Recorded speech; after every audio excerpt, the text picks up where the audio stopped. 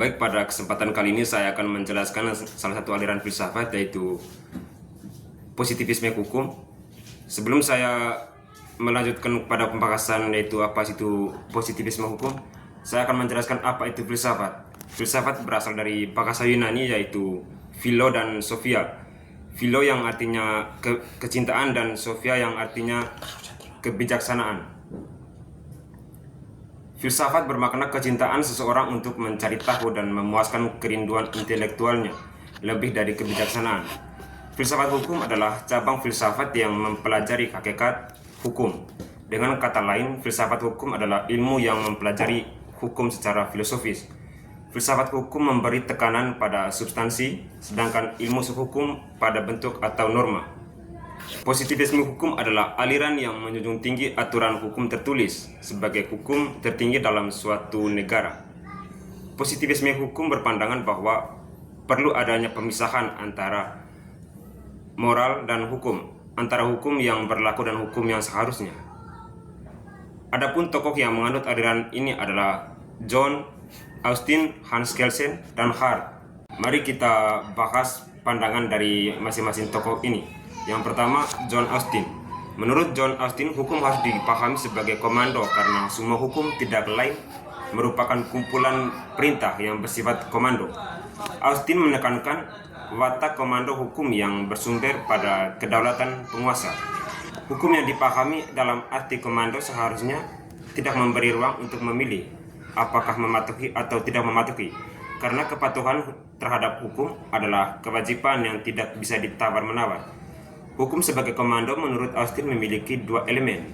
Yang pertama, hukum sebagai komando mengandung pentingnya keinginan, yakni keinginan dari penguasa bahwa seseorang harus melakukan sesuatu dan tidak melakukan sesuatu.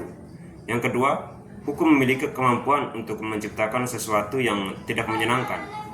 Individu yang terkena komando dengan sendirinya terikat untuk melakukan apa yang dikomandokan, dan jika melanggar maka akan dikenakan sanksi. Hukum adalah perintah dari penguasa negara, hakikatnya terletak pada unsur perintah. Hukum dipandang sebagai suatu sistem yang tetap, logis, dan tertutup. Yang kedua, menurut Hart.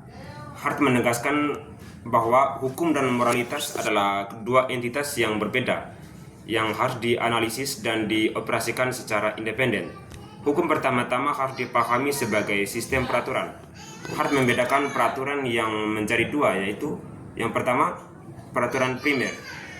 Secara umum, masyarakat prahukum hidup berdasarkan kebiasaan yang lazim ditemukan pada masing-masing komunitas masyarakat. Karena itu, kontrol sosial juga ditentukan oleh kebiasaan yang berlaku pada masing-masing komunitas. Peraturan primer menurut Hart hanya dapat efektif apabila mendapat dukungan mayoritas dan masyarakatnya memiliki ikatan primordial. Yang kedua, peraturan sekunder. Peraturan sekunder menjelaskan cara di mana aturan primer secara pasti ditegakkan, diperkenalkan, dan fakta pelanggarannya ditentukan secara pasti.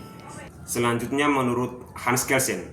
Hans Kelsen berpandangan bahwa hukum harus murni dilepaskan dari kajian-kajian ilmu sosial lain, maka lahirlah teori hukum murni. Hukum murni adalah hukum positif sehingga keberadaan hukum harus jelas, nyata, dan tegas, dan berlaku secara umum dan bukanlah sesuatu yang abstrak.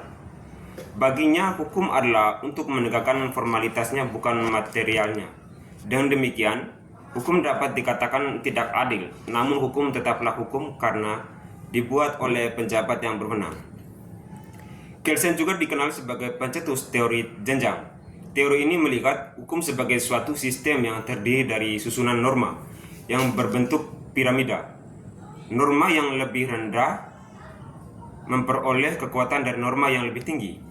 Semakin tinggi suatu norma akan semakin abstrak sifatnya. Sebaliknya, semakin rendah suatu norma semakin konkret sifatnya. Kelsen memaksudkan pentingnya membangun hukum berbasis norma yang ditetapkan oleh masyarakat. Bagi Kelsen, sanksi harus diterapkan ketika terbukti adanya pelanggaran. Hukum menurut Kelsen tidak dibuat untuk memenuhi keinginan penguasa, melainkan untuk mengatur perilaku masyarakat demi kebaikan masyarakat itu sendiri. Ketika seseorang penguasa memerintahkan masyarakat untuk melakukan keinginannya sendiri, maka hal tersebut tidak bisa disebut sebagai hukum. Perintah hanya mempunyai kekuatan hukum apabila sesuai dengan hukum. Contoh kasus yang dapat dikaji dari aliran positivisme hukum yaitu, selanjutnya saya akan menjelaskan salah satu kasus yang sesuai dengan aliran positivisme hukum, yaitu kasus pelanggaran lalu lintas. Peristiwa terjadi pada tanggal 10 Januari tahun 2025 sekitar jam setengah 8 pagi. Andi mengendarai sepeda motor menuju tempat kerjanya.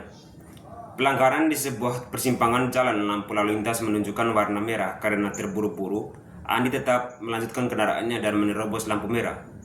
Penindakan aparat petugas kepolisian lalu lintas dan yang menjaga di lokasi menghentikan Andi dan melakukan penilangan. Alasan pelanggar Andi beralasan bahwa ia terlambat bekerja dan jalan sedang sepi, sehingga menurutnya tidak membahayakan orang lain. Polisi tetap memberikan surat tilang berdasarkan pasal 287 ayat 2 Undang-Undang Nomor 22 Tahun 2009 tentang lalu lintas dan angkutan jalan, yang menyatakan bahwa pelanggaran lalu lintas dikenakan sanksi denda. Andi diwajibkan membayar denda sesuai ketentuan hukum yang berlaku. Analisis kasus berdasarkan positivisme hukum. Aliran positivisme hukum berpandangan bahwa hukum adalah aturan tertulis yang dibuat oleh penguasa yang sah. Keabsahan hukum tidak bergantung pada moral, rasa keadilan, atau keadaan pribadi. Hakim dan aparat penegak hukum hanya menerapkan hukum sebagaimana tertulis. Di dalam kasus ini, fakta hukum yang relevan adalah Andi menerobos lampu merah. Ada aturan tertulis yang jelas yang melarang perbuatan tersebut. Alasan moral dan atau keadaan darurat pribadi tidak mempengaruhi penerapan hukum itu sendiri. Dengan demikian, menurut positivisme hukum, selama perbuatan Andi memenuhi unsur pelanggaran dalam undang-undang, maka sanksi harus tetap dijatuhkan, tanpa mempertimbangkan motif atau dampak subjektifnya. Menurut pendapat saya dari kasus tersebut, aliran positivisme hukum, tindakan polisi sudah tepat dan sah secara hukum, dikarenakan polisi bertindak berdasarkan peraturan perundang-undangan. Tidak ada penyimpangan dari hukum tertulis. Penegakan hukum dilakukan secara pasti dan konsisten. Namun jika dilihat secara kritis, positivisme hukum memberikan kepastian hukum tetapi kadang mengabaikan keadilan substansif. Dalam praktik pendekatan ini sering dikritik karena kurang mempertimbangkan kondisi sosial dan kemanusiaan. Dari kasus ini saya menyimpulkan bahwa kasus ini mencerminkan penerapan positivisme hukum, di mana hukum dipahami dan diterapkan sebagai perintah undang-undang yang bersifat mengikat, terlepas dari pertimbangan moral atau substansial.